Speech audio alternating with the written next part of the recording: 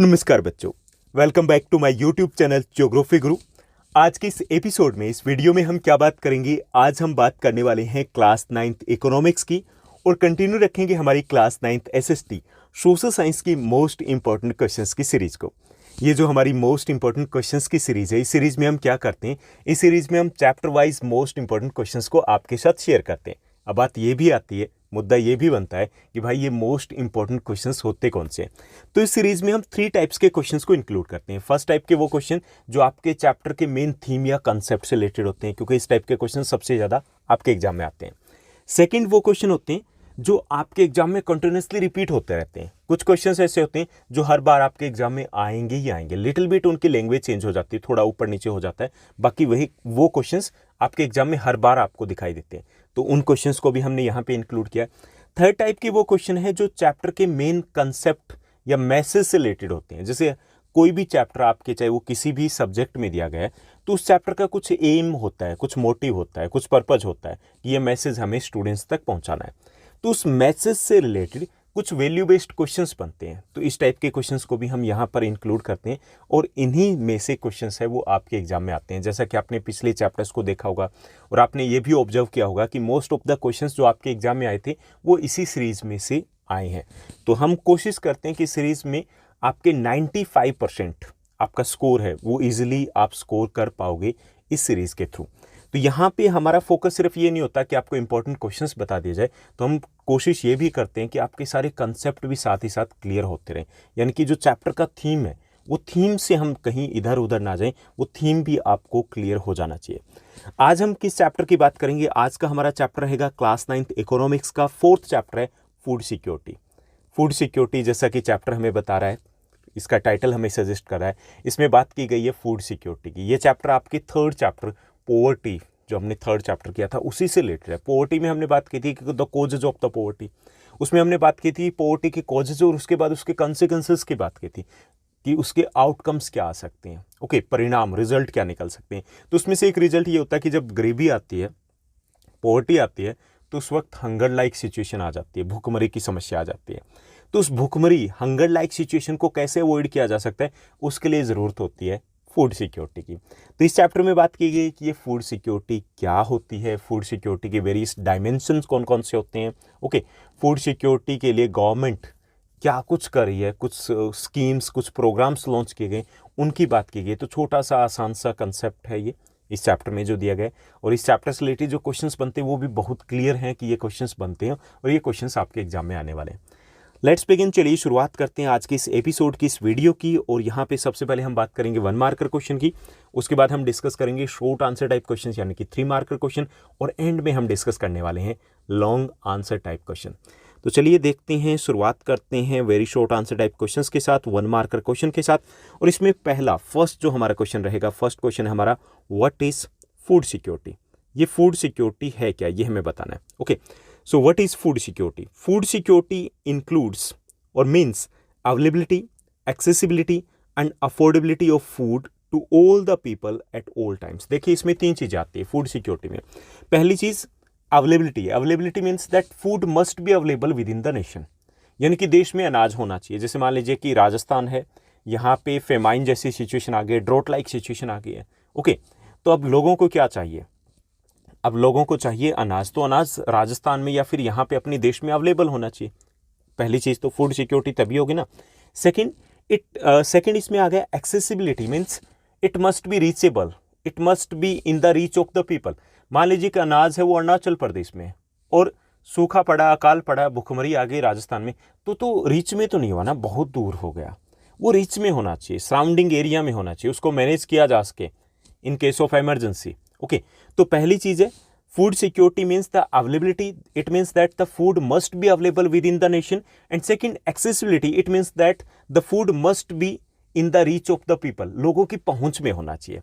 And third one is the affordability. Affordability means सामर्थ्य, people must have that potential that they afford to buy that food products, यानी कि वो afford कर पाए, यानी कि उनके पास इतने पैसे भी होने चाहिए, या तो पैसे होने चाहिए या फिर वो जो आइटम्स है, जो फूड ग्रेन्स है, वो सस्ते होने चाहिए। ये तीनों चीजें हैं, अगर तीनों में से एक भी गायब हो जाए तो फूड सिक्योरिटी नहीं होगी।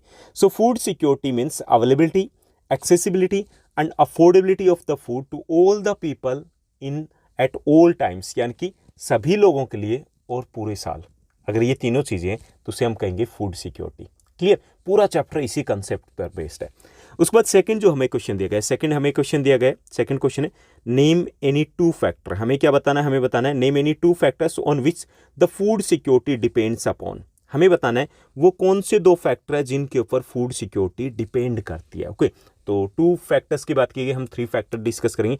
पहली चीज़ ये डिपेंड करता है बफर स्टॉक के ऊपर। Buffer stock means these are the godowns होते हैं, गवर्नमेंट के गोडाउन्स होते हैं जिसमें फूड ग्रेन्स है वो स्टोर किए जाते हैं। ठीक, क्योंकि अवेलेबिलिटी होगी ना तभी तो फूड सिक्योरिटी होगी। तो पहला हो गया बफर स्टॉक। सेकंड है public distribution system, PDS system. PDS system क्या होता है कि government has set up more than 5.5 lakh ration shop through out the country. पूरे देश में 5.5 लाख दुकानें बना रखी है। कौन सी? राशन शॉप, जिसको आप फेयर प्राइस शॉप भी बोल सकते हो, जिसको आप सस्ते अनाज के डिपो भी बोल सकते हो। सस्ते अनाज के डिपो आपने देखे होंगे, गली मोहल्ले में देखे होंगे। सस्ते में अनाज मिलता है किसको? जो बीपीएल फैमिलीज होते हैं, जो पूरे सेक्शन ऑफ द सोसाइटी होते हैं, उनको मिलते हैं। तो पीडीएस सिस्टम है वो चाहिए, क्योंकि अनाज गोदाम में पड़ा है तो पड़ा अपने आप थोड़ी लोगों के पास चल के जाएगा, कोई तो बांटने वाला होना चाहिए। तो उसके लिए चाहिए अपने को पीडीएस सिस्टम, यानी कि फेयर प्राइस शॉप्स और द राशन शॉप्स। तीसरी चीज़ है फूड प्रोडक्शन। अब गोदाम में अनाज कहाँ से आएगा? जब फूड प्रोडक्शन होगा। तो ये तीन इंपॉर्टेंट पार्ट आ जाते हैं, फैक्टर्स आ जाते हैं जिनके ऊपर फूड सिक्योरिटी डिपेंड करती है। First one is the buffer stock, second one is the PDS system and third one is the food production. Clear. उसके बाद नेक्स्ट क्वेश्चन दिया गया। नेक्स्ट क्वेश्चन हमारा name the two dimensions of hunger. Hunger दो type की हो सकती है। हंगर समझ रहे हो ना? भूखमरी। भूखमरी दो टाइप की हो सकती है। First one is the chronic hunger and second one is the seasonal hunger. Chronic hunger होती है, जैसे इसको हम कह सकते हैं लॉन्ग टर्म हंगर। ओके, दीर्घकालिक हंगर। लॉन्ग टर्म मतलब जैसे कि जो लंबे टाइम तक भूखमरी रहती है, जैसे कि किसी फैमिली में कोई कमाने वाला नहीं है तो वहाँ पे हंगर रहेगी। कौन सी हंगर रहेगी? क्रोनिक हंगर रहेगी।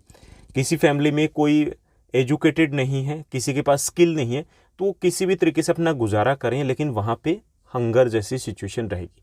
तो है कंटिन्यूस हंगर है, उसे बोलते हैं chronic hunger, that is a long term hunger होती है। एक होती है सीजनल हंगर की बाकी नॉर्मली ठीक ठाक चलता रहता है, लेकिन कभी कभी समस्या आ जाती है। जो सीजनल हंगर होती है that is very common in the rural area, specially जो एग्रीकल्चर वर्कर्स होते हैं उनके साथ ये इश्यू रहता है। शहरों में बात की जाए तो शहरों में जैसे जो कंस्ट्रक्शनल वर्कर्स होते हैं, डेली वेज वर्कर्स होते हैं, उनके साथ रेनी सीजन में इश्यू आ जाता है कि काम नहीं मिला तो घर पे खाना नहीं बनेगा, क्योंकि कुछ पैसा भी नहीं है उनके पास। तो ये दो टाइप के हो सकते हैं। It can be chronic hunger and it can be seasonal hunger. Seasonal hunger is very common in the rural areas and it is also there in urban area. ठीक, क्रोनिक कहीं भी हो सकती है। उसके बाद नेक्स्ट जो हमारा क्वेश्चन रहेगा, फोर्थ क्वेश्चन दिया गया है। फोर्थ हमें क्वेश्चन दिया गया, क्वेश्चन नंबर 4 है हमारा, which was the most devastating famine that occurred in India during the 20th century. 20th century में सबसे भयंकर किस्म का अकाल पड़ा है, कब पड़ा है ये हमें बताना है। So famine of Bengal in 1943 में जो फेमाइन आया था that was quite dangerous one and more than 30 lakh people lost their lives during that famine. उस फेमाइन में लगभग 30 लाख के आसपास लोग मारे गए थे, सबसे भयंकर वाला था रिसेंट टाइम की अगर हम बात करें तो। ओके, उसके बाद नेक्स्ट जो क्वेश्चन दिया गया, नेक्स्ट क्वेश्चन है name the new strategy adopted in agriculture in India after independence to achieve self sufficiency in food grains. Question को समझिए। क्वेश्चन ये कह रहा है कि हमने इंडिपेंडेंस के बाद फूड ग्रेन्स में सेल्फ सफिशिएंसी के लिए, कि फूड ग्रेन्स के प्रोडक्शन में हम आत्मनिर्भर हो जाएं, दूसरे देश से मंगवाना ना पड़े, इसके लिए हमने एक स्ट्रेटजी को फॉलो किया था एग्रीकल्चर में। उस स्ट्रेटजी का नाम क्या है? तो उस स्ट्रेटजी का नाम है ग्रीन रेवोल्यूशन। ओके, इसकी बात हम सेकंड चैप्टर में, फर्स्ट चैप्टर में हम डिस्कस कर चुके हैं जो ग्रीन रेवोल्यूशन उसके बारे में। ग्रीन रेवोल्यूशन में क्या हुआ था कि during the year of the 1966-67 में the food production increase by 3 to 5 times. 3 से 5 गुना फूड प्रोडक्शन एकदम से बढ़ गया था भाई, एकदम से 3 से 5 गुना फूड प्रोडक्शन हो गया था। तो ये रेवोल्यूशन की तरह था, तो इसको नाम दे दिया गया ग्रीन रेवोल्यूशन। ऐसा पॉसिबल क्यों हुआ था? It become possible due to the use of chemical fertilisers, pesticides, manures, machine and tools, battery irrigation system, HYV seeds, कई सारी चीज़ें एक साथ आ गई थी। इनके यूज़ के कारण फूड प्रोडक्शन बढ़ा था, तो उसको नाम दिया गया था ग्रीन रेवोल्यूशन। सो ये वो स्ट्रेटजी थी जिससे हमने फूड प्रोडक्शन को इंक्रीज़ किया था, एंड जो फूड प्रोडक्शन है वो भी वेरी इंपॉर्टेंट कंपोनेंट है हमारी फूड सिक्योरिटी का। Now let's move to the next question. Next question है क्वेश्चन नंबर 6 हमारा। क्वेश्चन नंबर 6 को देखिए, mention any 2 factors responsible for seasonal hunger. जैसे सीजनल हंगर है उसके लिए 2 फैक्टर कौन से रिस्पॉन्सिबल होते हैं, तो हम अलग अलग बात करेंगे। सबसे पहले रूरल एरिया की बात करेंगे। रूरल एरिया में है due to seasonal nature of the agriculture activities. कि गाँव में जो सीजनल हंगर आता है कि कभी कभी लोग भुखमरी की चपेट में आ जाते हैं, तो वो इसलिए होता है कि वहाँ पे जो एग्रीकल्चर एक्टिविटीज़ होती है उसका सीजनल नेचर होता है। That the people working in the field they have to sit idle for 3 to 4 months in year. जैसे जो एग्रीकल्चर वर्कर्स होते हैं उनको 3-4 महीने काम नहीं मिलता क्योंकि खेती में काम ही नहीं होता, तो वो 3-4 महीने होते हैं वो वहाँ पर समस्या आ जाती है कई बार खाने की। ओके, तो इसका कारण क्या कि रूरल एरियाज़ में due to the seasonal nature of the agriculture activities. उसके बाद अर्बन एरिया की बात करेंगे। स्पेलिंग में थोड़ी गड़बड़ है, UR के बाद ए नहीं आना था। अर्बन एरिया में due to the lack of job opportunities particularly during the rainy season की बात करें तो काम धंधे थोड़े से और कम हो जाते हैं, तो उस वक्त सीजनल हंगर की चपेट आ जाती है। ओके, उसके बाद नेक्स्ट देखिए, नेक्स्ट हमारा क्वेश्चन है 7th, what is buffer stock. Buffer stock क्या होते हैं? बफर स्टॉक की अगर बात की जाए तो आप अगर दिल्ली से बाहर निकले या दिल्ली में भी आपने कहीं पे देखे होंगे बड़े बड़े गोदाम बने हुए, उसके बाहर लिखा होता है FCI। ओके, वो FCI के जो गोदाम है ना वही बफर स्टॉक है, यानी कि जहाँ पे अनाज को स्टोर करके रखा जाता है ताकि उसको डिस्ट्रीब्यूट किया जा सके जो नीडी पीपल है उनके बीच में। So buffer stock is the stock of food grains. ये फूड ग्रेन्स का स्टॉक होता है, नेमली व्हीट एंड राइस, यानी कि मेनली इसमें कौन से होते हैं? व्हीट एंड राइस, उसको स्टोर किया जाता है। Stored by the government through, कौन स्टोर करता है? गवर्नमेंट स्टोर करती है through the FCI, food Corporation of India. एक अलग ऑर्गेनाइजेशन है, वो ऑर्गेनाइजेशन किसानों से फूड ग्रेन्स को लेते हैं और उसके बाद इसको स्टोर किया जाता है, तो ये कहलाता है buffer stock. So buffer stock is the stock of the food grains namely wheat and rice and this is stored, it is stored by the government through the FCI के थ्रू इसको store किया जाता है। Clear? चलिए next question की बात करते हैं। अगला जो हमारा क्वेश्चन रहेगा, नेक्स्ट क्वेश्चन है हमारा question number 8, what is minimum support price. MSP क्या होती है ये हमें बताना है। ओके, MSP ये नाम आपने काफ़ी ज़्यादा सुना होगा, न्यूज़पेपर वगैरह में अभी आपने देखा होगा। MSP क्या होती है कि the farmers are paid a pre announced price for their crops, यानी कि जो फार्मर्स हैं उनको पेड किया जाता है एक प्री अनाउंस्ड प्राइस उनके क्रॉप्स का, and this is known as the MSP और मिनिमम सपोर्ट प्राइस। जैसे फसल बोने वाले हैं किसान, ठीक, तो उस वक्त गवर्नमेंट अनाउंस करती है कि आपका इस बार फसल का रेट मिनिमम ये रहेगा, यानी कि कम से कम इस रेट के ऊपर हम खरीद लेंगे, तो उसे बोलते हैं MSP। MSP इसलिए दिया जाता है, जैसे मान लीजिए कि कई बार पहले क्या होता था कि फूड ग्रेन्स बहुत ज़्यादा हो गया किसी साल, सभी किसानों ने फसल, बम्पर फसल हो गई, तो उसको कोई पूछता भी नहीं था, दाम नीचे आ जाते थे। ओके, दाम नीचे आ गए तो जो फार्मर्स थे उनको लॉस हो जाता था। अब उनकी क्या गलती, अच्छा प्रोडक्शन हुआ तो भी उनको लॉस हो गया।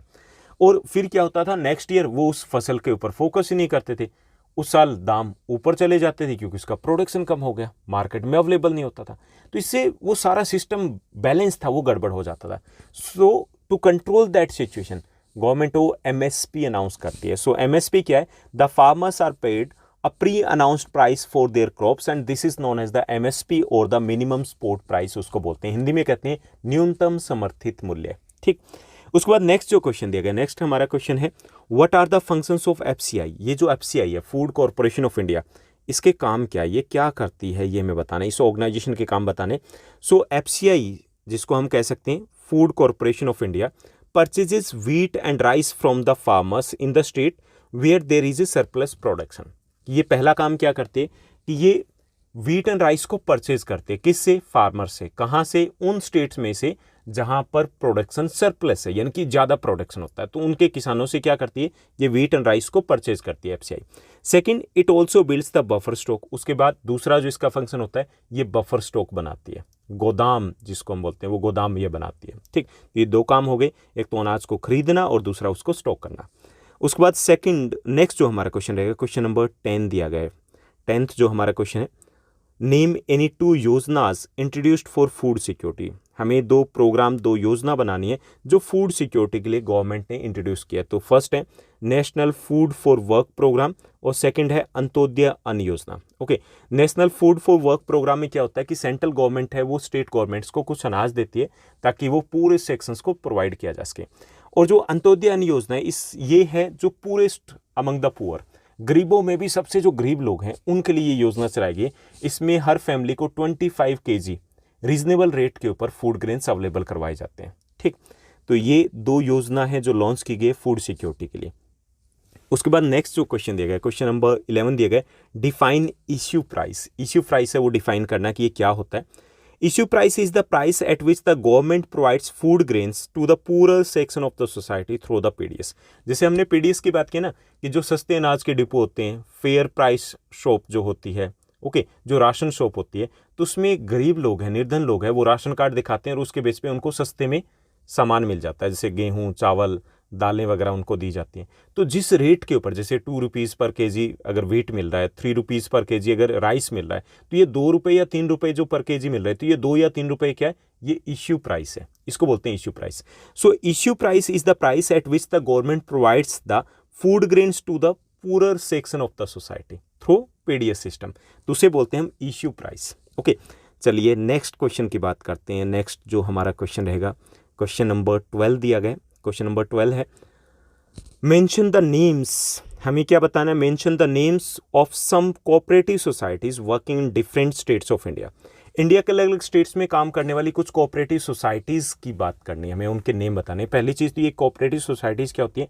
कोऑपरेटिव सोसाइटीज वो सोसाइटीज होती है, these are run by the local people, जो लोकल पीपल इनको रन करते हैं। ठीक, यानी कि लोकल पीपल इनको चलाते हैं इन सोसाइटीज़ को। And these societies provides food items, milk, vegetable वगैरह जो हैं वो अवेलेबल करवाते हैं रीजनेबल प्राइस के ऊपर। यानी कि पहली चीज़ कोऑपरेटिव सोसाइटीज़ क्या है कि cooperative societies are run by the local people and these societies provides food grains, vegetables, milk etcetera at the reasonable price के ऊपर ये अवेलेबल करवाते हैं। जैसे इनमें एग्जांपल हम दें, मदर डेयरी जो दिल्ली में है, ये क्या है? कोऑपरेटिव सोसाइटी है। ठीक, ऐसे ही अमूल जो गुजरात से, हालांकि पूरे देश में फैला हुआ, तो ये कोऑपरेटिव सोसाइटी है। ऐसे ही पंजाब में Verka, that is also cooperative society. इसके अलावा बाकी स्टेट्स में, तमिलनाडु, महाराष्ट्र की बात करें तो वहाँ पर भी इसी टाइप की कोऑपरेटिव सोसाइटीज़ वर्क कर रही है।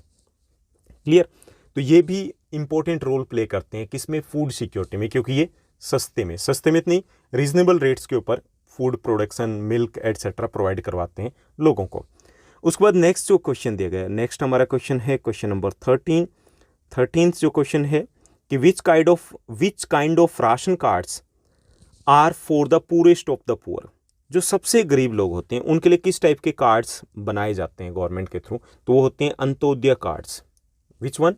Antyodaya cards are there. ठीक, उसके बाद नेक्स्ट क्वेश्चन दिया गया। नेक्स्ट क्वेश्चन है, name the place where a poor person should go to purchase essential goods at reasonable rates. हमें उस जगह का नाम बताना है जहाँ से गरीब व्यक्ति जाकर के सस्ते में एसेंशियल आइटम्स खरीद सकता है। उस जगह का नाम क्या है? तो वो जगह होती है फेयर प्राइस शॉप, हिंदी में कह सकते हैं सस्ते अनाज के डिपो, या राशन शॉप भी आप इसको कह सकते हैं। तो वहाँ से सस्ते में अनाज वगैरह मिलते हैं। गरीब लोगों को कार्ड दिखाने होते हैं कि किस टाइप का उनके पास कार्ड अवेलेबल है। ओके, उसके बाद नेक्स्ट जो क्वेश्चन दिया गया 1 मार्कर में, क्वेश्चन नंबर 15 दिया गया है। क्वेश्चन नंबर 15 है, why is there a need for food security in India? Suggest any 2 points. हमें बताना है कि इंडिया में फूड सिक्योरिटी की नीड क्यों है। तो पहली है poverty, there is a wide spread poverty in India. Near about 26 crore के आसपास लोग हैं जो बीपीएल फैमिलीज से नीचे आते हैं, बीपीएल में आते हैं, यानी कि बेलो पॉवर्टी लाइन आते हैं। तो अब इतने सारे लोग हैं जिनके लिए 2 वक्त का खाना का भी जुगाड़ भी ठीक से नहीं हो पाता, तो उनके लिए हमें फूड सिक्योरिटी की नीड है। सेकेंड है होर्डिंग एंड ब्लैक मार्केटिंग। जैसे कई बार कालाबाजारी की जाती है, ओके, जमाखोरी की जाती है। उससे क्या हो जाता है कि उससे जो आम लोग होते हैं उनको सस्ते में वो चीज़ें अवेलेबल नहीं हो पाती, जानबूझ करके मार्केटिंग कर दी जाती है, इस टाइप की ब्लैक मार्केटिंग कर दी जाती है। तो उससे गरीब लोगों को बचाने के लिए, क्योंकि सबसे ज़्यादा तो इफेक्टेड वही होंगे क्योंकि उनके पास तो ऑलरेडी इनकम के सोर्सेज कम होते हैं, तो इस सिचुएशंस को अवॉइड करने के लिए भी पीडीएस सिस्टम की नीड होती है। ओके, सो 2 रीजंस है कि why do we need the food security. First one is the poverty and second one is the hoarding and the black marketing. Okay, उसके बाद नेक्स्ट जो हमारा सेगमेंट रहेगा जिसमें हम बात करेंगे शॉर्ट आंसर टाइप क्वेश्चंस की। Very short answer type questions अभी हमने डिस्कस किए, जो कि 15 रहेंगे इस चैप्टर में से। उसके बाद शॉर्ट आंसर टाइप क्वेश्चन, यानी कि जो 3 या 4 मार्कर में पूछे जा सकते हैं। तो इसमें फर्स्ट हमारा क्वेश्चन रहेगा, explain the major dimensions of food security. ये काफ़ी बार आपके एग्जाम में आ जाता है। जो फूड सिक्योरिटी के डायमेंशंस के हमने 1 मार्कर में बात की थी, यहाँ पे हमें थोड़ा सा डिटेल में हम डिस्कस करेंगे। कि जो फूड सिक्योरिटी है उसके 3 डायमेंशंस होते हैं। वो कौन कौन से हैं? तो फर्स्ट वन है अवेलेबिलिटी ऑफ द फूड, यानी कि फूड जो खाद्यान्न है वो अवेलेबल होने चाहिए। It means that food should be available in the nation. इसका मतलब होता है कि देश में अनाज उपलब्ध होने चाहिए। पहली चीज़ फूड सिक्योरिटी के लिए चाहिए। सेकेंड है accessibility. It means that food should be in the reach of every person, यानी कि पहुंच में होना चाहिए। सिर्फ अवेलेबल है उससे कुछ नहीं होगा, लोगों की पहुंच में भी होना चाहिए, आसपास ही अवेलेबल होना चाहिए। Third affordability. अफोर्डेबिलिटी का मतलब कि it implies that an individual has enough money to buy sufficient food to meet one's dietary needs. Affordability मतलब कि the food should be available at affordable price. Affordable price के ऊपर available होना चाहिए and people must have that type of income. लोगों के पास उस level की इनकम भी होनी चाहिए। ओके, यानी कि 3 चीज़ें आती है फूड सिक्योरिटी में। एक तो फूड अवेलेबल हो देश में, फिर ये एक्सेस में मतलब रीच में होना चाहिए, आसपास ही होना चाहिए। तीसरा है कि अफोर्डेबल जो प्राइस है, रेट है, उसके ऊपर अवेलेबल होना चाहिए। लोगों के पास इतने पैसे होने चाहिए कि उसको खरीद पाए। ओके, तो ये 3 कंपोनेंट आ जाते हैं फूड सिक्योरिटी के। तो इंपॉर्टेंट क्वेश्चन रहेगा ये आपका 3 मार्कर के लिए। उसके बाद नेक्स्ट जो क्वेश्चन है, what are the limitations of the PDS system. जो हमारा पीडीएस सिस्टम है उसकी कुछ लिमिटेशंस हमें बतानी है। ओके, पीडीएस सिस्टम में कुछ कमियां हैं, उसकी लिमिटेशंस की बात की जाए 3 मार्कर के अकॉर्डिंग, तो इसमें पहली जो इसकी वीकनेस है, लिमिटेशन है, वो ये कि fail to remove the hunger. कि जैसे इसको लॉन्च किया गया था टू रिमूव हंगर, कि मेन ऑब्जेक्टिव था कि भाई गरीबी को ख़त्म करना है, अब भूखमरी को ख़त्म करना है उसके लिए। So the PDS system has been working for many years but still hunger is prevailing in the Indian society. कई सालों से काम कर रहा है लेकिन हंगर, भूख है कि वो ख़त्म ही नहीं हो रही। ओके, तो ये इसकी एक लिमिटेशन है, कमी है इसकी। सेकेंड है ओवरफ्लोइंग गोडाउंस। जो गोडाउंस है ओवरफ्लो होते हैं, आप न्यूज़पेपर वगैरह में पढ़ते हो कि वहाँ पे हज़ारों टन अनाज खराब हो गया। The FCI godowns are overflowing with the food grains. Food grains से ओवरफ्लो होते रहते हैं। It is very undesirable and can be wasteful. ये अनडिजायरेबल है, जिसकी ज़रूरत नहीं होती और बेकार चला जाता है। तो ये एक लिमिटेशन है कि जो पीडीएस सिस्टम है वहाँ पे कुछ ना कुछ गड़बड़ है। थर्ड है poor food grain quality. Most of the godowns have the more stock than their capacity and this leads to the poor grain quality। कि ज़्यादातर गोडाउंस में जो कैपेसिटी से ज़्यादा फूड ग्रेन्स को स्टोर किया जाता है, इससे क्या होता है, फूड ग्रेन्स खराब हो जाता है, उसकी क्वालिटी खराब हो जाती है और वही पुअर क्वालिटी का फूड ग्रेन है वो डिस्ट्रीब्यूट किया जाता है। तो ये भी एक लिमिटेशन है। एंड फोर्थ है adverse impact on the environment. कि due to the PD system the government has entire focus on the production of the food grains. Government का सारा फोकस है कि भाई अनाज, गेहूँ, चावल पैदा कीजिए। उस चक्कर में क्या होता है, इन्वायरमेंट के ऊपर एडवर्स इम्पैक्ट पड़ रहा है, जैसे कि ओवर इरिगेशन है, over use of the chemical fertilisers हैं, इससे ज़मीन खराब हो रही है। ओके, तो ये कुछ लिमिटेशंस है हमारे पीडीएस सिस्टम के। Fail to remove the hunger, second one is overflowing godowns, third one is the poor food grain quality and fourth one is the adverse impact on the environment. Clear. उसके बाद next question की बात करेंगे। अगला जो हमारा question दिया गया, क्वेश्चन नंबर 3 है हमारा शॉर्ट आंसर टाइप क्वेश्चन में, व्हाट डज अंत्योदय अन्न योजना मीन। अब तक जितने भी क्वेश्चन हमने डिस्कस किए तो उसमें सबसे इंपॉर्टेंट रहेगा ये, व्हाट डज अंत्योदय अन्न योजना मीन। अंत्योदय अन्न योजना क्या है उसके बारे में बताना है। कि अंत्योदय अन्न योजना AY वॉज लॉन्च्ड इन दिसंबर 2000 में इसको लॉन्च किया गया था, दिसंबर 2000 में। ओके, और इसके अगर एम की बात करें तो वो अभी आप लिख सकते हो, सेकंड पॉइंट वो बना सकते हो। The main aim of Antyodaya Anna Yojana to provide the food grains to the पूरे सेक्शन ऑफ द सोसाइटी। जो सबसे पूरे सेक्शन है उसको फूड ग्रेन्स प्रोवाइड करना इस योजना का मेन एम या ऑब्जेक्टिव है। Under this scheme 1 crore of the purest among the BPL families covered under the targeted PDS system के तहत इसमें 1 करोड़ लोग जो BPL फैमिलीज में सबसे गरीब हैं उनको इसमें टारगेट किया गया है। Okay, 25 kilograms of food grains were made available to each eligible family at highly reasonable rate। कि बहुत कम रेट के ऊपर ऐसी फैमिलीज को 25 किलोग्राम अनाज प्रोवाइड करवाया जाता है। Okay, food grains. तो ये है AY। सो अगेन देखिए AY अंत्योदय अन्न योजना वॉज लॉन्च्ड इन दिसंबर 2000 में इसको लॉन्च किया गया था। And under this scheme 1 crore of the purest among the BPL families were covered. ये जो पूरेस्ट हैं BPL फैमिलीज में 1 करोड़ लोग, उनको इसमें कवर किया गया है। और इस योजना में क्या दिया जाता है, 25 kilogram of food grains are made available to each eligible family at reasonable rate, बहुत कम रेट के ऊपर उनको 25 किलोग्राम अनाज दिया जाता है। सो मेन ऑब्जेक्टिव इसका है टू कंट्रोल द हंगर को कंट्रोल करना इस स्कीम का मेन ऑब्जेक्टिव या एम है। ओके, ये तो आप कॉमन सेंस से ही लिख सकते हो कि कोई भी योजना अगर लॉन्च की गई, so it is very important for food security, ये लाइन आप इंक्लूड कर सकते हो। The main objective of this scheme is to control the hunger को कंट्रोल करना मेन ऑब्जेक्टिव है। Okay, and the long term जो इसका ऑब्जेक्टिव होता है वो होता है टू रिमूव पोवर्टी को ख़त्म करना। क्लियर? तो ये कॉमन सेंस की लाइंस भी इंक्लूड की जा सकती है। Now let's move to the next one, जो शॉर्ट आंसर टाइप क्वेश्चन में फोर्थ हमारा क्वेश्चन रहेगा मोस्ट इंपॉर्टेंट क्वेश्चंस की सीरीज में, that is how is food security ensured in India. India में फूड सिक्योरिटी को कैसे इंश्योर किया जाता है? तो food security in India has two components. India में फूड सिक्योरिटी, उसमें दो कंपोनेंट इंक्लूड किए जाते हैं। First one is the buffer stock, सबसे पहले फोकस किया जाता है बफर स्टॉक के ऊपर। अब ये बफर स्टॉक क्या है, पहले तो इसको हमने समझना है कि buffer stock is the stock of food grains. ये फूड ग्रेन्स का स्टॉक होता है, namely wheat and rice, stored by the government through the FCI के थ्रू इसको स्टोर किया जाता है। ठीक, एफसीआई क्या करती है? FCI purchases wheat and rice from the farmers in the state where there is a surplus production. जहाँ पे सरप्लस प्रोडक्शन होता है वहाँ के फार्मर से एफसीआई इन अनाजों को खरीदती है। And the purchased food grains are stored in the granaries, और ये जो गोदाम होते हैं, गोदाम जो होते हैं उनमें फिर उसको स्टोर किया जाता है। तो सबसे पहले बफर स्टॉक आते हैं। फूड सिक्योरिटी के दो कंपोनेंट है, first component is buffer stock. Buffer stocks क्या है? Buffer stock is the stock of the food grains है। अब इसको स्टॉक कौन करता है? It is stocked by the FCI. FCI stock करती है। कहाँ से करती है? ये परचेज करती है फार्मर से। व्हीट एंड राइस को परचेज किया जाता है कौन से स्टेट में से? जहाँ सरप्लस प्रोडक्शन होता है। ठीक, तो ये पहला स्टेप है, पहला कंपोनेंट है हमारी फूड सिक्योरिटी का। उसके बाद सेकंड कंपोनेंट क्या है? That is the PDS system.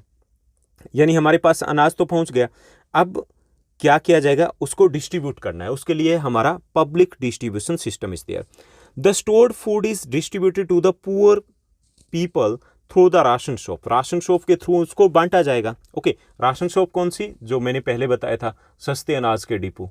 Okay, जो फेयर प्राइस शॉप होती है उनके थ्रू इसको डिस्ट्रीब्यूट किया जाता है। The items are provided to the poor people at price lower than the market price, से जो मार्केट का प्राइस होता है उससे कम रेट में उनको अवेलेबल करवाया जाता है ये। ओके, तो ये दो कंपोनेंट आ जाते हैं फूड सिक्योरिटी के में कि इस तरीके से फूड सिक्योरिटी इंश्योर की जाती है। इसके अलावा कुछ और स्कीम भी साथ ही साथ चलती है। Other schemes are there. Over the years several other new programs have been launched like the mid day meal, Antyodaya Anna Yojana etcetera for food security. जो मिड डे मील है स्कूल में, एमडीएम है या अंत्योदय अन्न योजना है, तो ये भी इंपॉर्टेंट कंपोनेंट है फूड सिक्योरिटी के। क्लियर? तो ये हो गया कि फूड सिक्योरिटी के लिए गवर्नमेंट क्या कर रही है, किस तरीके से फूड सिक्योरिटी इंश्योर की जा रही है। उसके बाद नेक्स्ट जो हमारा क्वेश्चन रहेगा, लास्ट क्वेश्चन रहेगा शॉर्ट आंसर टाइप क्वेश्चन का, तो ये है food security is essential in India. Food security India में एसेंशियल है, बहुत ज़्यादा ज़रूरी है। जस्टिफाई द स्टेटमेंट, हमें बताना कि ऐसा क्यों है, कि फूड सिक्योरिटी इतनी ज़रूरी क्यों है। फर्स्ट, पूरे section of the society might be food insecure most of the time. पहला तो यह कि हमारे यहाँ पे there is a wide spread poverty, गरीबी बहुत है। More than 25 crore people are there, BPL families are there, यानी कि बिलो द पोवर्टी लाइन है 25 करोड़ से ज़्यादा लोग। अब ऐसे जो लोग हैं वो most of the time food insecure होते हैं। So we need food security. ऐसे लोगों के लिए हमें फूड सिक्योरिटी चाहिए। सो द पूरे section of the society might be food insecure most of the times, so we need food security for this type of people. Second, people above the poverty line. दूसरा ये कि जो लोग APL में आते हैं, above poverty line आते हैं, might also be food insecure when the country faces a national disaster, calamity like an earthquake, drought, flood, tsunami etcetera. इसके अलावा एफीएल जो फैमिलीज होती हैं उनके लिए भी हमें पहले से प्लानिंग करके चलनी होती है। Sometimes APL families might fall under the food insecure जो कैटेगरी है उसमें आ सकते हैं। कब आ सकते हैं? जैसे नेचुरल डिजास्टर के टाइम में, जैसे अर्थक्वेक हो गया, ड्रोट हो गया, फ्लड हो गया, सुनामी हो गया। ओके, इसके साथ साथ there can also be widespread failure of the crops causing famines etcetera. कई बार ऐसा भी होता है कि फसलें बर्बाद हो जाती है। ओके, तो उस वक्त हमें अनाज चाहिए होता है ना, तो उस वक्त के लिए हमें तैयार रहना होता है, तो उसके लिए भी हमें फूड सिक्योरिटी हमें चाहिए। And third, we need food security at the time of the war like situation. मान लीजिए युद्ध छिड़ गया, फसलें बर्बाद होनी है, फोकस नहीं हो पा रहा है, तो उस वक्त भी हमें फूड सिक्योरिटी चाहिए। सो इन सारी सिचुएशन के लिए फूड सिक्योरिटी हमारे लिए इंपॉर्टेंट है। क्लियर? तो ये थे हमारे इस चैप्टर के most important 3 marker question. Now let's move to the next segment, और अगला हमारा सेगमेंट है लॉन्ग आंसर टाइप क्वेश्चन का, यानी कि हम डिस्कस करेंगे 5 मार्कर क्वेश्चन को। तो यहाँ से आपके बनेंगे मोस्ट इंपॉर्टेंट 5 मार्कर क्वेश्चन। तो यहाँ पे फर्स्ट जो हमें क्वेश्चन दिया गया, फर्स्ट क्वेश्चन रहेगा what is the public distribution system, PDS system क्या है, या फिर explain the role of the PDS system in food security में पीडीएस सिस्टम का रोल क्या है ये बताना है, या फिर इसकी लैंग्वेज हो सकती है how does PDS insured food security in India, PDS system वो फूड सिक्योरिटी को कैसे इंश्योर करता है, या फिर इसके लैंग्वेज हो सकती है mention major features of PDS system in India, Indian जो पीडीएस सिस्टम है उसके मेन फीचर्स हमें बताने हैं। ओके, एक ही बात है, लैंग्वेज सिर्फ चेंज हुई, यानी कि हमें बताना है कि ये पीडीएस सिस्टम है क्या, पब्लिक डिस्ट्रीब्यूशन सिस्टम क्या है। तो सबसे पहले when the food is stored by the FCI, जब फूड को एफसीआई स्टोर करती है, is distributed through the government regulated ration shop के थ्रू इसको डिस्ट्रीब्यूट किया जाता है among the poor section of the society, and this is called the PDS system, और पब्लिक डिस्ट्रीब्यूशन सिस्टम इसको बोलते हैं।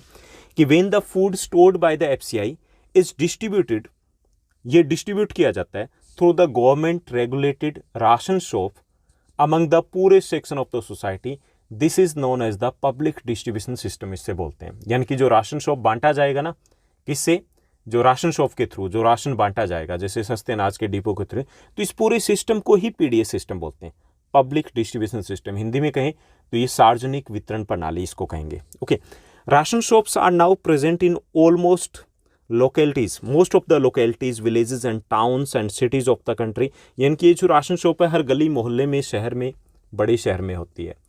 जो सस्ते अनाज के डिपो होते हैं हर कहीं पे आप नुक्कड़ मोहल्ले पे इनको देख सकते हो। Ration shops are also known as the fair price shops, इन राशन शॉप को फेयर प्राइस शॉप और द सस्ते अनाज के डिपो भी कहा जाता है। Which keep stock of food grains, sugar, kerosene oil तो अब बंद हो गया, पल्सेज एटसेट्रा, यानी कि इनके स्टॉक को वो रखते हैं। आइटम्स सच एज दीज, यानी कि इस टाइप के जो items are sold to people at the price lower than the market price, जो मार्केट का प्राइस होता है उससे कम प्राइस में इन आइटम्स को बेचा जाता है, लोगों को दिया जाता है। Any family with a ration card, कोई भी फैमिली जिसके पास राशन कार्ड है, कैन बाय अ स्टिपुलेटेड, जो फिक्स्ड है, amount of these items every month from a near by, जो आसपास की राशन शॉप से वहाँ से वो खरीद सकते हैं, depending on the number of family members, कि कितने फैमिली मेम्बर है उसके अकॉर्डिंग। यानी यहाँ देखिए कि पीडीएस सिस्टम क्या है, क्योंकि ये बहुत इंपॉर्टेंट क्वेश्चन है कि पीडीएस सिस्टम क्या होता है। दोबारा से देखिए कि पीडीएस सिस्टम क्या है, कि when the food stored by the FCI is distributed through the government regulated ration shop among the poor section of the society, it is called PDS system, public distribution system बोलते हैं। यानी कि जब वो अनाज जो स्टोर किया गया है वो लोगों में बांटा जाता है, ये पूरा सिस्टम कहलाता है public distribution system. Ration shops are now present in most localities, village and towns and the cities etcetera, पूरे देश में गली मोहल्ले नुक्कड़ में ये मिलते हैं। Near about 5.5 lakh ration shops are there at present in our country, 5.5 lakh के आसपास इस प्रकार के सस्ते अनाज के डिपो है। Ration shops are also known as the fair price shop, या फिर इनको सस्ते अनाज के डिपो भी कहा जाता है। Which keep the record of the food grains, sugar, pulses etcetera, ये सारी चीज़ें रखी जाती है। Items such as these are sold to the people at a price lower than the market price, यानी कि जो मार्केट के रेट होते हैं, जैसे मार्केट की बात करें तो व्हीट अभी 22 रुपीज़ पर केजी है, लेकिन यहाँ पे उससे लगभग 4-5 गुना कम रेट में अनाज दिया जाता है जो डिजर्विंग नीडी लोग होते हैं उनको। इसके लिए क्या करना होता है कि any family with a ration card, कोई भी फैमिली जिसके पास राशन कार्ड है, can buy a fixed amount of these items every month from a nearby ration shop, it depends on the number of family members, कि कितने family member है उसके according उनको फिक्स्ड अमाउंट है वो मिल जाता है। ओके, तो ये होता है पीडीएस सिस्टम, इंपॉर्टेंट क्वेश्चन रहेगा आपका। उसके बाद सेकंड जो क्वेश्चन दिया गया, सेकंड क्वेश्चन है, इसके बारे में थोड़ा बहुत हम पहले भी डिस्कस कर चुके हैं। ये है व्हाट इज हंगर, हंगर भूखमरी होती क्या है, and differentiate between the chronic and seasonal hunger में हमें डिफ्रेंशिएट करना, अंतर बताना है कि क्या डिफरेंस होता है इनमें। Hunger is another aspect of food insecurity का एक एस्पेक्ट होता है। जब फूड इनसिक्योरिटी होती है तो कई बार हंगर की सिचुएशन आ जाती है, भूखमरी, यानी कि जब खाने को अवेलेबल नहीं होता। Hunger is not just an expression of poverty, it brings about poverty. ये दोनों ही चीज़ें, कि जब पॉवर्टी होती है तो हंगर होता है, और जब हंगर होता है तो पॉवर्टी होती है, यानी कि जब गरीब है तो भूखमरी होगी, और जब भूखमरी होगी तो वो गरीब रहेगा। Okay, it is a situation when you feel hungry but are unable और कैन नॉट अफोर्ड फूड। ये वो क्या होता है हंगर? हंगर एक ऐसी सिचुएशन होती है व्हेन यू फील हंग्री, कि आपको भूख लगी हुई है, बट यू आर अनेबल और कैन नॉट अफोर्ड फूड, लेकिन आपके पास खाना है नहीं और ना ही आप उसको खरीद सकते। ओके, उसे बोलते हैं हंगर। ठीक, वो कोई भी कारण हो सकता है, खाना उपलब्ध नहीं है, अवेलेबल नहीं है, रीचेबल नहीं है, महंगा ज़्यादा है, कोई भी रीज़न हो सकता है, आपके पास पैसे नहीं है, तो वो हंगर होता है। So hunger is the another aspect of the food insecurity. Hunger is not just an expression of poverty but it brings about poverty, कि ये गरीबी को लेकर के भी आता है। So hunger is a situation when you feel hungry but unable और can not buy the food, लेकिन आप फूड है उसको अफोर्ड नहीं कर पाते। ठीक, उसके बाद ये हंगर, जैसे हमने ऊपर बात की थी कि it is of two types, इसके दो डायमेंशंस होते हैं, क्रोनिक एंड सीजनल हंगर होती है। क्रोनिक क्या होती है? ये लॉन्ग टर्म हंगर होती है, यानी कि जैसे कुछ लोग होते हैं जो इस टाइप की सिचुएशन को पूरे साल ही फेस करते हैं, और सीजनल होती है जो कभी कभी ऐसी सिचुएशन आती है। क्रोनिक हंगर क्या है? कि it is a consequences of the diets persistently inadequate in terms of the quantity और द क्वालिटी, यानी कि ये एक रेगुलर सिचुएशन होती है where families are lacking in the quality and the quantity of the food, कि जहाँ पे ना तो उनके पास जितना चाहिए उतना खाना है और ना ही अच्छी क्वालिटी का उनको खाना मिल पा रहा है। और कब ये सिचुएशन है? एक रेगुलर सिचुएशन आ जाती है। Poor people suffer from chronic hunger because of their very low incomes or inability to buy food even for survival, कि जो सबसे गरीब लोग होते हैं वो क्रोनिक हंगर की सिचुएशन को फेस करते हैं। एक तो उनकी इनकम कम होती है, या तो, और या फिर ये होती है कि उनके पास खाने को अवेलेबल नहीं है अपने पेट भरने के लिए। ओके, जैसे आपने देखा होगा कूड़ा बीनने वाले या इस टाइप के जो लोग आते हैं, तो उनके पास खाने के लाले पड़ जाते हैं कि सुबह का खाना पेट भर लिया तो शाम की कोई गारंटी वारंटी नहीं होती। ओके, तो वहाँ पे वो जो क्रोनिक हंगर वो कंटिन्यूस रहती है, बहुत मुश्किल होता है उस सिचुएशन से बाहर निकलना। दूसरी होती है एक सीजनल हंगर, सेकेंड टाइप की जो हंगर होती है, भूखमरी होती है, वो होती है मौसमी भूखमरी। सीजनल हंगर क्या होती है? कि it is related to the cycle of the food growing and harvesting, ये फूड ग्रोविंग या हार्वेस्टिंग या फिर एम्प्लॉयमेंट से रिलेटेड होता है। This is prevalent in the rural areas because of the seasonal nature of the agriculture activities. Rural area में ज़्यादा मिलती है क्योंकि वहाँ पे जो खेती बाड़ी के काम में लगे होते हैं उसमें वो काम धंधा पूरे साल नहीं चलता। People have to sit idle for the 3 और 4 months ऑफ ईयर, 3-4 महीने उनको खाली बैठना होता है। उस वक्त जो गरीब लोग हैं वो कहाँ जाए? भूख तो लगेगी ना उन्हें उन 3-4 महीनों में, तो वहाँ पे इस टाइप की सिचुएशन आ जाती है कि they are unable to afford the food, उनके पास फूड नहीं होता। Okay, so in urban areas की बात करें तो वहाँ भी होता है casual labour is unable to get work for the entire year which makes them hungry. ऐसे ही जो कैजुअल लेबर होते हैं तो उनको जैसे बारिश के मौसम होते हैं, रेनी सीजन में उनको काम नहीं मिल पाता, तो उस वक्त हंगर लाइक सिचुएशन आ जाती है, खाने के लिए भी दिक्कत हो जाती है। तो ये दो टाइप का हो सकता है, it can be of chronic hunger and it can be seasonal hunger. It can be ask for 5 marker, question में पूछा जा सकता है। उसके बाद नेक्स्ट जो हमारा क्वेश्चन रहेगा 5 मार्कर में, नेक्स्ट क्वेश्चन है क्वेश्चन नंबर हमें दिया गया 3, that is who are the most affected food insecure people in India. हमें बताना है कि इंडिया में कौन से लोग हैं जो सबसे ज़्यादा फूड इनसिक्योर है, यानी कि जहाँ पे खाद्य असुरक्षा ज़्यादा मिलेगी, यानी कि जिनके लिए खाने की समस्या रहती है। ओके, तो worst affected people in rural areas आ रहा है। इसको हम 2 पार्ट्स में डिवाइड करेंगे, पहले बताएंगे गाँव में कौन से लोग होते हैं और फिर बताएंगे शहरों में। So most or worst affected people in rural areas are landless people with little or no land to depend on. पहले वो लोग आ जाते हैं जिनके पास जमीन नहीं है, the landless people with little or no land to depend on, जिनके पास जमीन या तो बहुत कम है या फिर है नहीं। ओके, सेकेंड है the traditional artisans. Traditional artisans हो गए जैसे जो मिट्टी के बर्तन वगैरह बनाते हैं या कोई इस टाइप की छोटी बहुत मूर्तियां वगैरह बनाते हैं, इस टाइप का जो काम करते हैं, लकड़ी का काम करते हैं, तो उस टाइप के, यानी कि जब भी अगर मान लीजिए क्रॉप फेलियर वगैरह हो गया तो सबसे पहले तो उनके ही इनकम है वो कम हो जाएगी। ओके, तो इसमें आगे पहले आगे लैंडलेस पीपल, सेकंड आगे ट्रेडिशनल आर्टिसंस, थर्ड आगे providers of traditional services like the pandits performing religious ceremonies, जो सेरेमनीज वगैरह रिलीजियस सेरेमनीज करते हैं पंडित्स एटसेट्रा, इस टाइप की, यानी कि जो लोग होते हैं गाँव में, तो वो भी फूड इनसिक्योर हो सकते हैं। कुछ भी सिचुएशन गड़बड़ हुई तो उनका तो इनकम का सोर्स ही बंद हो जाएगा। ओके, पेटी सेल्फ एम्प्लॉयड वर्कर्स, पेटी मतलब छोटे छोटे जो काम धंधे करते हैं, छोटे छोटे काम धंधों में लगे लोग हैं, तो उनके काम धंधे कई बार चौपट हो जाते हैं, अप डाउन्स आते रहते हैं, तो वो लोग।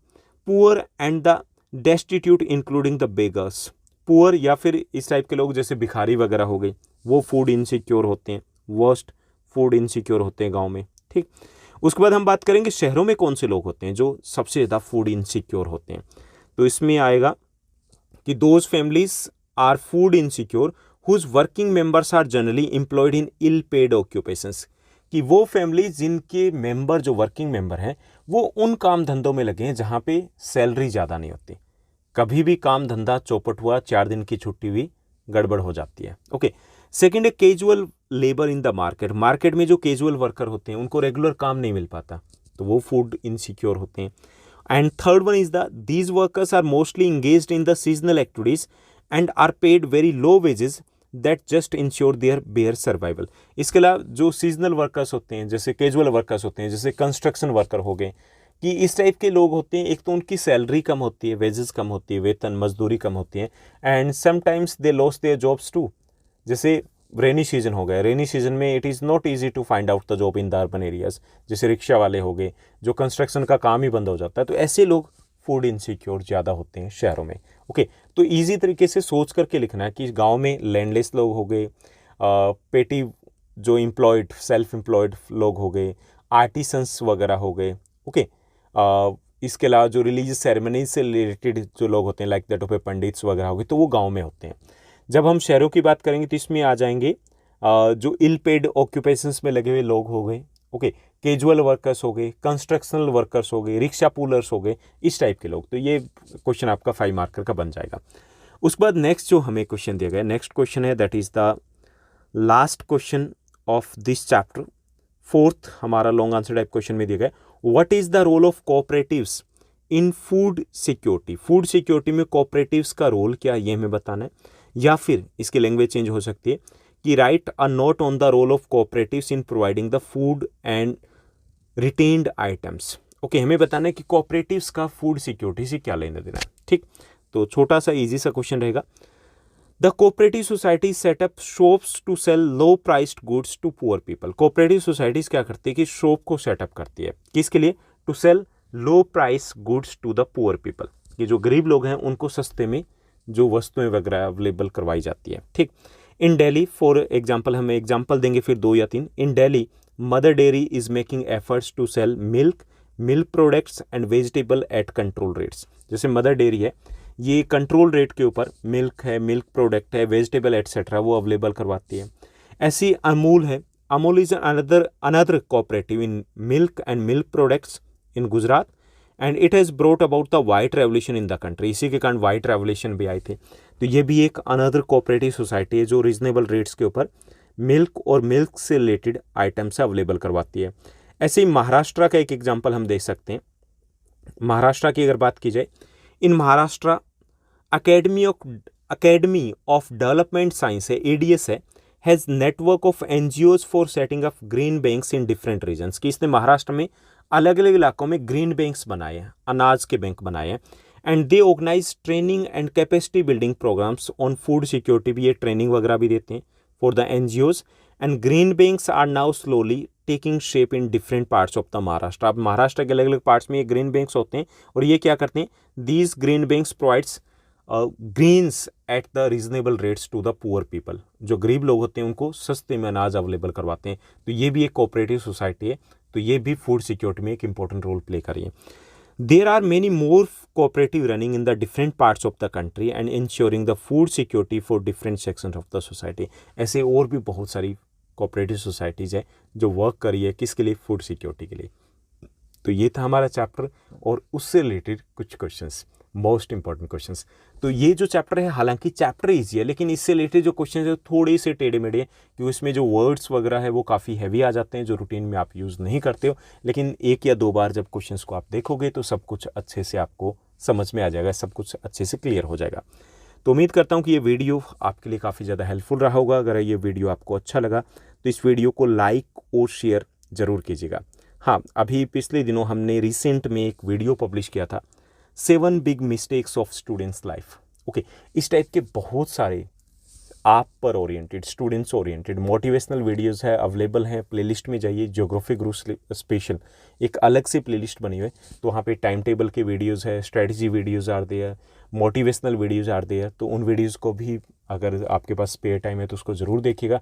और हाँ, छोटे छोटे कमेंट्स जो आप करते हो वो मेरे लिए पर्सनली बहुत मायने रखते हैं, क्योंकि मुझे भी मोटिवेशन की नीड होती है। तो ऐसे ही कमेंट्स करते रहिएगा। आज के लिए बस इतना ही।